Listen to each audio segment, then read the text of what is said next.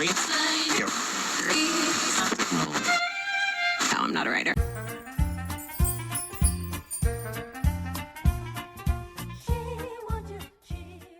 Qui oggi ce la passiamo tutta qui, soprattutto quando riuscirò a capire come mettere giù l'ombrellone in modo che il vento non me lo porti via. Sì, perché c'è l'acqua proprio trasparente dove abbiamo nuotato in barca, vedi la barca, siamo in questa insenatura leggermente riparata dal vento e dopo vado a vedere cosa c'è di là, di qua. Buongiorno Italia, indovina dove abitiamo oggi? Oh, sono qua che faccio buche come una talpa per la spiaggia, ma dopo un po' trovi roccia. Io non so come i signori hanno montato il loro ombrellone. Porca miseria, dove cacchio devo andare? Fino in Cina. Ecco là, vedi, tu scavi un pochetto e c'è la roccia, cioè non so. Oggi abitiamo a Plage de la Reine, che è questa zona con tutte queste belle insenature, acqua trasparente, tutto bellissimo. Sicuramente poi arriva qualcuno e dice ma non si pronuncia così, ma va a cagare.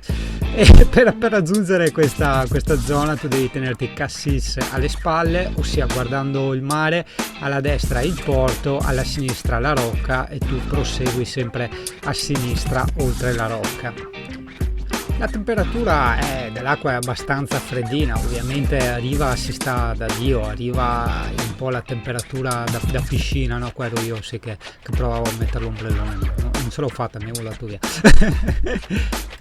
Il terreno è prevalentemente sassoso, come puoi vedere, insomma, poi anche dentro all'acqua, insomma, è pieno di sassetti e scogli.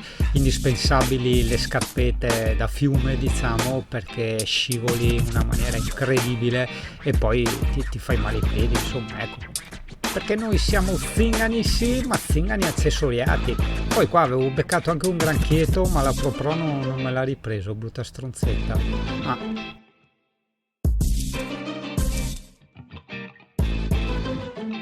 Stupenda, bellissima anche sta spiaggetta, però l'altra è più piscinetta, hai capito? L'acqua è un po' più celeste, poi è un po' più algoso, vedi?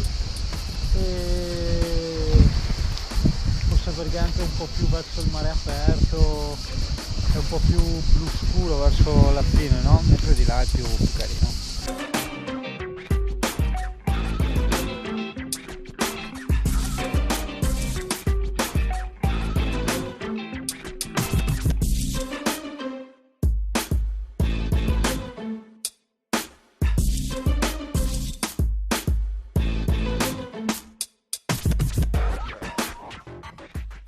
Vabbè, siamo scesi, sentieri, diciamo che sono stati dei sentieri di punti, un po' la gente stanca della vita, cioè che ne ha fin sopra i capelli e dice ma sì dai, posso permettermi di giocarmela così, perché cazzo ste superfici sdrucciolevoli che buttavano sugli scogli, porca puttana, per carità. Vero anche che c'era gente che veniva con le scarpe da trekking, che effettivamente anche con le scarpe da ginnastica o con le ciabattine fai una cosa molto intelligente, però merita, chiaro che merita veramente. Adesso sono circa le 5, sto tornando nel coso, come si chiama, nel camping, ormai parlo francese. Mamma mia, di quelle maialone con queste tettazze fuori, se c'era l'Alessia mi faceva andare via bendato, porca miseria, che non era proprio il massimo, perché qua insomma pieno di cose che attentano alla mia zona vita, tipo massi, cose scivolose. Vabbè dai, in campeggio si sta bene perché è ben ventilato, adesso nella collina, e il camper dalla parte del frigo l'ho buttato tutto su per una siepe, anche quella ventilata, però non gli batte il sole. Ho provato, ho alzato il frighetto di una tacchetta, adesso c'è la roba bella ghiacciata, che pachiume, cavolo, con 32 passagradi che ci sono fuori.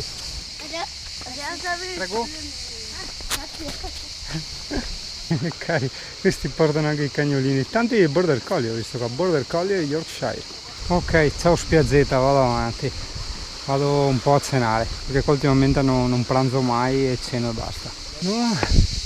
Oh, aiuto.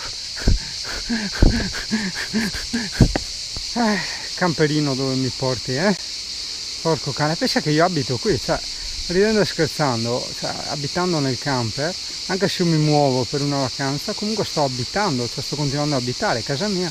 Quindi io abito a Cassis, in Francia, a Marsiglia, nel Parco Nazionale delle Calanque, nella Costa Azzurra, un po' celestina, blu, però insomma, chiamiamola azzurra, dai.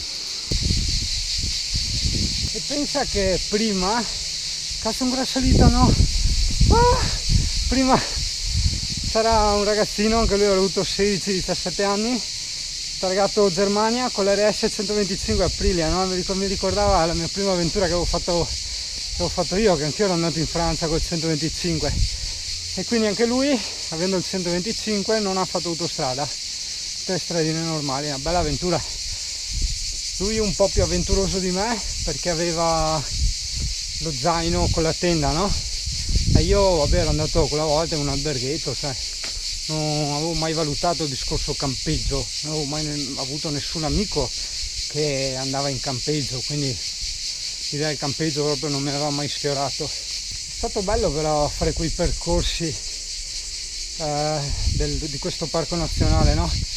Perché sì, non erano proprio altissimi, arrivavi tipo massimo a 10 metri, no? Però sotto avevi gli scogli, per già se cadi a 1 metro in quegli scogli lì ti fai un male veramente serio, no? E ho avuto modo, vivendo sempre la vita al presente con calma, di confrontarmi un po' con le mie paure, di vivermele. È stato, le ho viste ridimensionarsi, no? Vivendo in questo presente, tipo anche adesso, se io penso di dover arrivare in campeggio, chiaro che ti viene l'ansia, dici porca puttana, un casino di strada in salita col sole. Se invece vivi il momento dice che devi rallentare, andare un po' più piano e basta. Sto semplicemente passeggiando e tutto diventa facile. Sì, che eu de Parigi, eu de qua, eu de là, ma tutti i sabor talco, c'è ne altre fantasie.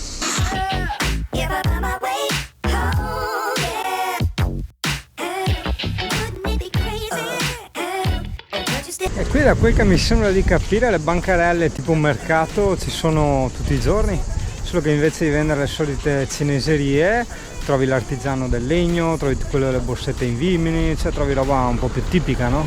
E qua praticamente è il gelato del Cardor, quello che ti trovi al supermercato, e ti spazza come non so cosa.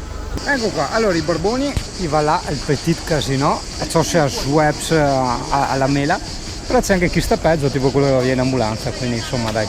Poi bellissime tutte queste viette un po' verso la periferia, comunque strapiene di negozietti. Ne avevo visto uno della Vandazzi che aveva di quelle magliette stupende, solo che vabbè i prezzi sono improponibili, ragazzi, cioè prezzi veramente da folli per quello che siamo abituati noi, quindi insomma in conto qua costa tutto, benché vada il triplo, certe cose costano il doppio ma poche, se no vai dal triplo in su.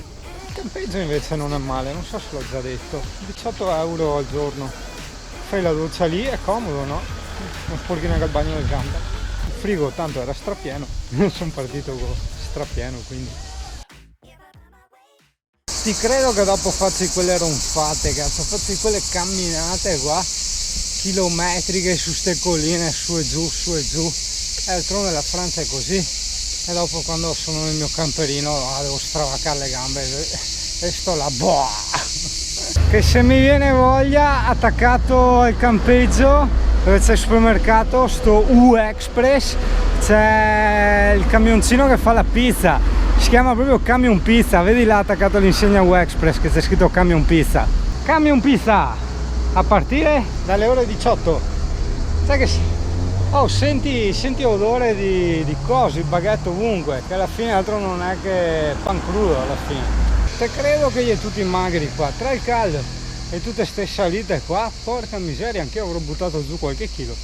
Con quel che costa il cibo qua, guarda qua che mi hanno copiato PC della GoPro anche nel porsettino, guarda qui.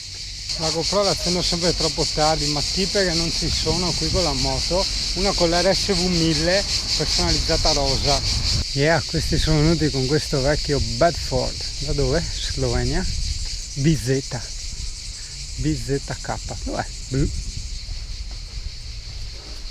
Ancora tanti Indie Campers qua, che è targato Polonia, che adesso è quella cosa che lì noleggia in teoria, Olanda, lo scarrozzo come il mio.